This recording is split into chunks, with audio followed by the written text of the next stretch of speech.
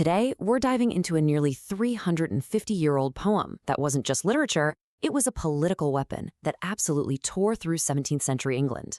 We're going to see how the poet laureate himself, John Dryden, crafted a work of art that became a total political firestorm. So here's the big question, right?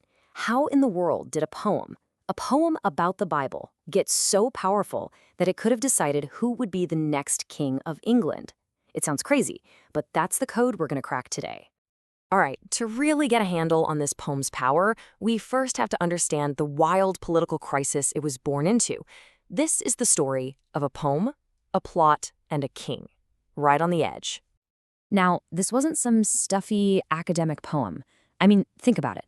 The nation's top poet, John Dryden, drops this thing anonymously right at the peak of a national emergency. It's written in these sharp, witty, rhyming couplets, and boom, it becomes an instant bestseller, fueling arguments in every pub and coffeehouse in the country. The greatest political poem in the English language. Now, that is a huge claim, right? To even begin to understand why it gets that title, we have to jump right into the political chaos that was ripping 17th century England completely apart. So this poem didn't just appear out of nowhere. It was a direct shot, a surgical strike right into the middle of a massive fight for the English throne, the succession crisis. The problem at the heart of it all was actually pretty simple, but it was also totally explosive. You see, King Charles II, well, he had a lot of kids with his many mistresses, but his wife, the Queen, hadn't given him a legitimate heir. And that created this giant power vacuum and a deep, gnawing anxiety across the nation about who would rule next. And this split the country right down the middle between two contenders. On one side, you had the official heir, the king's brother, James. The problem? He was a devout Catholic, and this was a fiercely anti-Catholic nation. On the other side was the people's choice, the king's handsome, Protestant, illegitimate son, the Duke of Monmouth. It was a classic showdown, legitimacy versus popularity, Catholic versus Protestant. The stage was set for a disaster.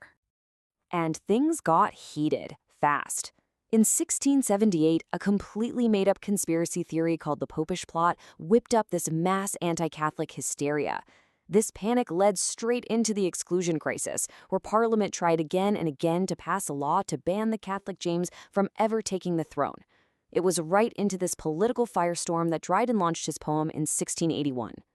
So how did Dryden make his argument so incredibly powerful? Well, he didn't just write some angry political pamphlet. No, he did something way smarter. He created this brilliant biblical allegory. And this is where we crack the code.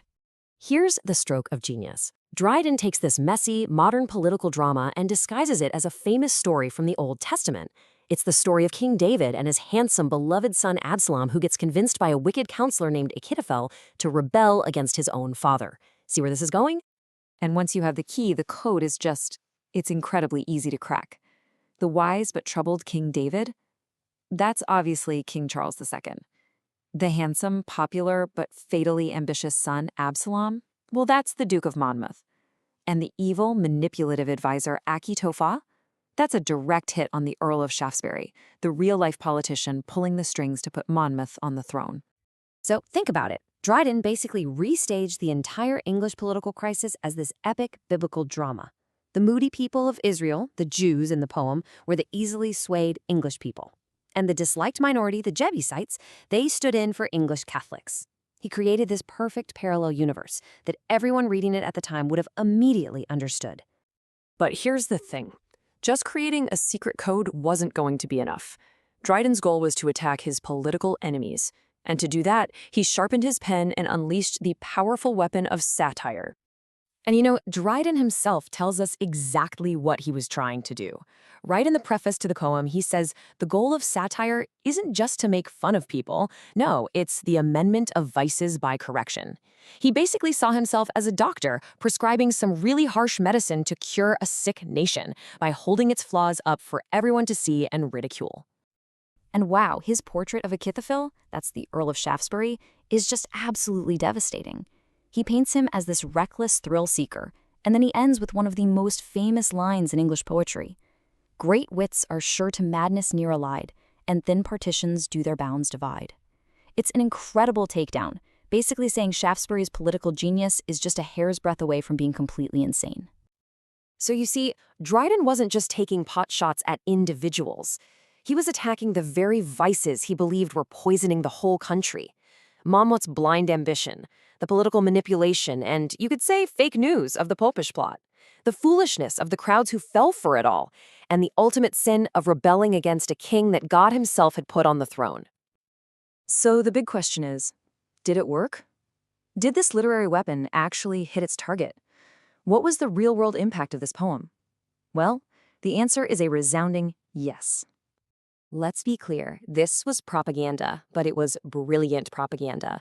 By framing the rebels as ambitious, foolish, and maybe even a little bit evil, Dryden's poem helped swing public opinion back towards the king. It completely strengthened the argument for the legitimate heir, the Duke of York, and helped cool down a revolutionary crisis that was about to boil over. And beyond the politics, this was just a massive literary home run. It cemented John Dryden as the defining voice of his generation, the master of this poetic form, and the undisputed king of political satire. I mean, there's a reason they often call the entire era the Age of Dryden. When you boil it all down, Dryden's success really just shows the incredible, enduring power of a well-told story. He used an ancient narrative to literally change the course of his own time. Which kind of leaves us with a question for today, doesn't it? In our own age of social media and the 24-hour news cycle, can a work of art, a poem, a movie, a song, still change the world?